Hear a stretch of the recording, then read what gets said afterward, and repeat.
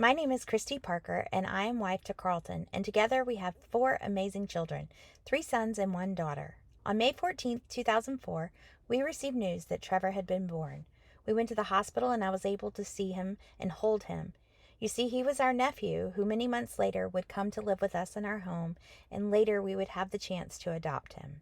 At a young age, I knew there was something going on with Trevor, but I couldn't put my finger on it. The next 4 years, we saw many doctors, our pediatrician, a psychologist, psychiatrist, play therapist, all seeking answers for Trevor's outbursts and bad behaviors. As Trevor grew, his behaviors became worse and very unusual for a 5-year-old child. Our pediatrician referred us to a neurologist at the Medical College of Georgia in Augusta. Unfortunately, it was a dead end where she recommended family counseling and said he looked fine to her after doing a very basic neurological exam. A few months later, we met a family friend at a Christmas party who grew up in Savannah and had recently moved back. He was a neurologist and agreed to see us. I gave him Trevor's history and all the things we had been through, and he wanted to do an MRI just to get a look and see. He believed that it was methamphetamine abuse in utero, possibly, and something may show up in regards to that. I will never forget the day when I received the phone call from Dr. Williams explaining Trevor had a rare brain tumor. He had scheduled us an appointment that afternoon with a neurosurgeon. At this point, I was sitting on the floor in the cleaning aisle at Target in tears. At that very moment, God scooped me up and revealed to me the big picture that everything was going to be okay. In a matter of time, I made the calls, got a sitter, and met Carlton for the appointment. On March 1st, a needle biopsy was performed and came back inconclusive.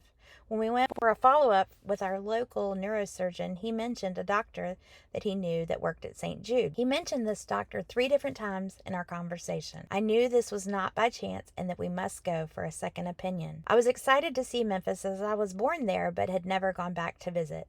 Once in Memphis, we met with Dr. Sanford, who could no longer perform surgery due to the fact he himself had had cancer and the chemotherapy had numbed his fingers. However, he introduced us to Dr. Frederick Boop. Dr. Boop came in our room and proceeded to crawl around the floor and play with Trevor before he ever stood up and shook our hands and introduced himself. We loved him in that very moment. We left Memphis to travel to Atlanta to Scottish Rite Hospital for a third opinion. We traveled home after that to discuss our options and wait for our case to be presented before the tumor board in Memphis. Trevor's needle biopsy results were also sent to Duke for further testing and came back inconclusive as well. The local neurosurgeon wanted Trevor to wait until he was 18 for a greater blood supply for him to have the tumor removed, and the doctor at Scottish Rite agreed with him. The tumor board came back and said they believed that it needed to be removed. After a lot of thought, prayer, and careful consideration, we decided to go to Memphis and have the tumor removed by Dr. Boop right after Trevor's 6th birthday at Le Bonheur Children's Hospital. May 27th, we received the news from Dr. Bronisher, an oncologist at St. Jude, that Trevor had foci of germinoma. Not only had Trevor's tumor been rare, but now he had a rare form of brain cancer. This moment was like a punch in the gut. We were in shock. We made the drive home and returned to Memphis 2 weeks later. Trevor was scheduled for several rounds of chemotherapy and 5 weeks of radiation. The children and I moved temporarily to Memphis, and Carlton stayed home to maintain his job and keep things afloat. The separation was extremely difficult. He came to visit when he could. I will not lie, many, many tears were shed. St. Jude is an amazing place and made the very best accommodations for us. Whether Trevor was inpatient or outpatient, the care was 10 out of 10 every single day. The medicine room is where Trevor received all of his chemotherapy treatments. I remember many days he would run, skip, jump, hop into the medicine room, receive his chemo treatment, and then run, skip, hop, or jump his way out. I remember the nurses laughing and questioning, "Why exactly is he here again?" Jokingly, of course. We all knew why we were there. But he was so resilient. He would throw up and then run, go play. Cancer was not going to win with this kid. I remember telling Trevor that he may lose his hair due to chemotherapy. We told Trevor that it was just hair and it would grow back. I will never forget the day he was running in front of me on the way to the hospital for an MRI. His hair was falling out into the wind. As he laid down on the table for the MRI, I ran my fingers through his little blonde hairs and they fell onto the bed. After they took him back, I ran to the nearest restroom and cried a bunch of tears. I wrote in my journal that day and begged God to help me. I remember looking around and seeing all those little bald heads of all these children and thinking, red and yellow, black and white, they are precious in His sight. That was one of the hardest days. Don't get me wrong, there was lots of hard days. Everything normal we knew had been changed and turned upside down. Our daily life was spent at the hospital. Our daughter took her first steps in Memphis via Skype, where her daddy could watch. Our children were using big words like chemotherapy, radiation, heparin, words typical children under the age of 8 don't normally know. I remember driving home to surprise Carlton Labor Day weekend, and unfortunately, we ended up in the hospital because Trevor had become dehydrated. However, he took great pleasure in telling the nurses at the local children's hospital that they didn't do it just like they did at St. Jude.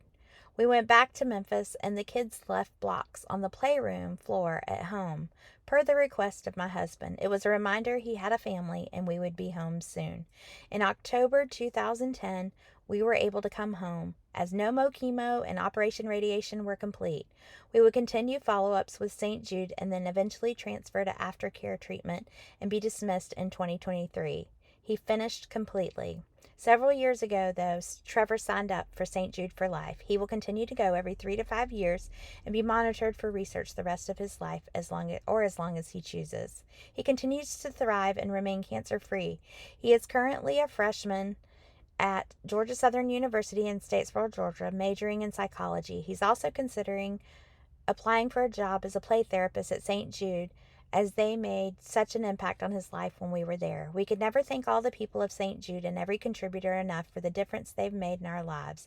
Our journey to St. Jude taught me how to navigate and advocate the medical field. Later, we would pursue Memphis for our daughter, who suffers with epilepsy. When the doctors here were unable to help, we sought help from Dr. Boop, and he knew just where to send us. Later, he would perform 3 surgeries on our daughter in Memphis. St. Jude set the bar so high that we knew what it was like to receive excellent medical care. I myself experienced cancer this last year, and all of this prepared me for my journey. This is all part of our story, our journey of living life to the fullest. Thank you to all who support St. Jude. You are truly making a difference. As Danny Thomas, founder of St. Jude, would say, no child should die in the dawn of life. As a mom of a patient of St. Jude who survived, I say thank you from the bottom of my heart.